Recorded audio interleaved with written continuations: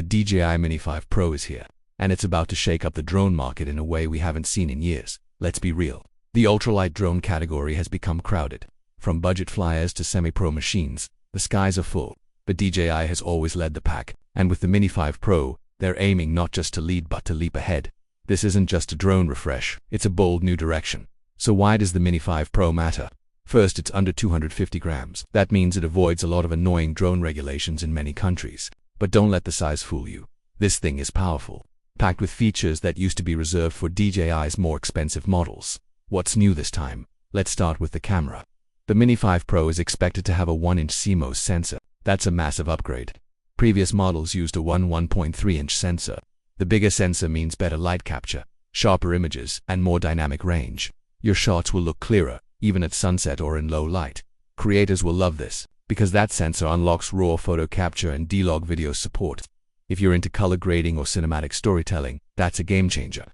Your footage will have more depth, more flexibility, and more drama. But there's more. Video can now hit 4000 at 60 fps, maybe even 5.1K resolution. Slow motion at 100 fps in 4000 is also likely. That's buttery smooth footage in an ultralight drone. Think about that. A drone you can carry in your jacket pocket now shoots at nearly the same level as larger pro models. And here's the wild part. There are rumors of a mechanical or hybrid global shutter that would eliminate rolling shutter distortion, especially useful when flying fast or filming moving subjects. If true, this would push the Mini 5 Pro into professional territory. It's not just a travel drone anymore. It's a tool for filmmakers and commercial users. The gimbal and stabilization system is also expected to improve. DJI's gimbals are already excellent, but the Mini 5 Pro might take things further. With improved pitch and vibration control, your footage stays smooth even in wind or when making sharp turns. And if DJI adds tighter motor calibration or AI-driven flight stabilization, it's going to feel like you're flying on rails. Now let's talk about flight time. DJI is reportedly using a high-density battery. Real-world flight time may jump to 40 minutes. That's up from the Mini 4 Pro's 34 minutes. And with fast charging, you could reach 80% battery in just 30 minutes. That's a huge win for creators on the go. Charging is getting smarter too. DJI may include a dual battery charging hub with active cooling. That means you can charge multiple batteries at once without overheating, making shoot days much more efficient. But flight time is only one part of the equation. The transmission system is getting a major boost. DJI is likely to debut a Q-Sync 5.0 with this model. It could support 20 kilometers of video range at least in FCC mode. The bitrate is expected to go higher. Latency is likely to drop. In simple terms, your control gets sharper. The video stays cleaner. You can fly farther and still stay in control. And what about wind resistance? Motors and electronic speed controllers are being upgraded. The Mini 5 Pro may hit 20 meters per second in sport mode. That's fast. And with better wind tolerance, it'll hold steady even in tougher weather conditions. Think breezy coastlines, mountain winds, open plains. This drone can handle it. Now let's go into AI and flight intelligence. Obstacle avoidance is taking the next step. The Mini 4 Pro had good detection, but the Mini 5 Pro is expected to have AI sensor fusion and predictive pathfinding. That means it doesn't just react to obstacles, it predicts them. It learns and adjusts mid-flight.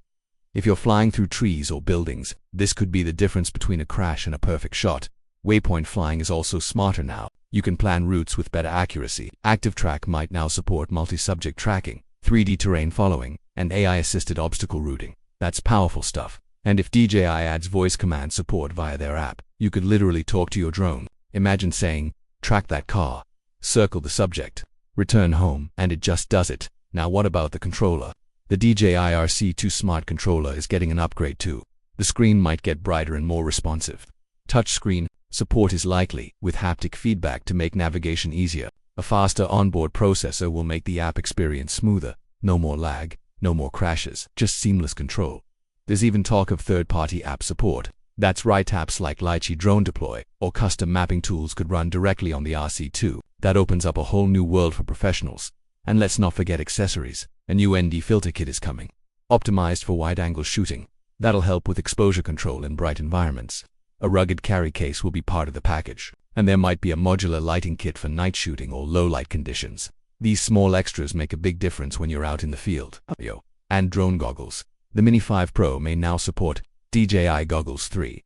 That brings FPV-style flying to this compact drone. Imagine immersive flying in high res with zero lag. For creators, that's not just fun. It's a whole new way to frame and capture footage. But what about pricing?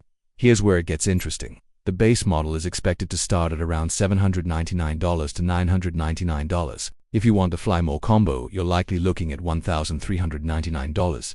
That includes extra batteries, charger, case, and other extras. If you want the premium RC to smart controller, expect it to go just above $1,499 for the full kit. Now, you might think that's expensive, but compared to what you're getting, it's a deal. A sub-25 OG drone with a 1-inch sensor, raw video, advanced AI, and global shutter that used to cost thousands.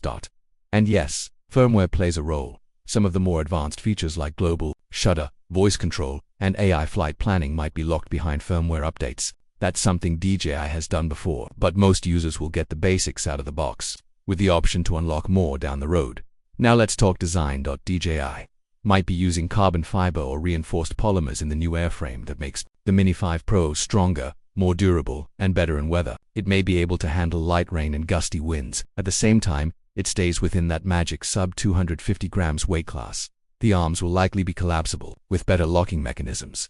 That helps with storage and durability. A tighter lock means less vibration. Less vibration means sharper footage. It's all connected. Now, one of the most underrated features is manual exposure and custom color profiles. This drone isn't just for auto shooters. You can control your image like a DSLR in the sky. That's a big win for professional creators. Plus, DJI is likely adding intelligent redundancy systems. We're talking dual GNSS, auto landing, failsafe, and multi-point sensor backups. Basically, if something fails, there's a backup ready to kick in. That kind of system used to be in enterprise drones only. Now it's coming to the Mini line. Let's wrap up this section with a big idea. The DJI Mini 5 Pro isn't just about size, it's about freedom. Freedom from regulation. Freedom from bulky gear. Freedom to fly longer, see more, and capture better. It's giving creators, travelers, vloggers, and even pros everything they need in a drone that weighs less than a soda can. If DJI can deliver all of this at a competitive price, this will be the drone to beat in 2025. It doesn't just match the competition. It redefines what's possible in this class, but this is just the beginning. In Section 2, we'll compare it directly with the Mini 4 Pro, Air 3, and even competitors like the Autel Evo Nano Plus. We'll look at what DJI got right, what they missed, and whether the Mini 5 Pro is worth your money. So stay tuned. Section 2 is coming up next.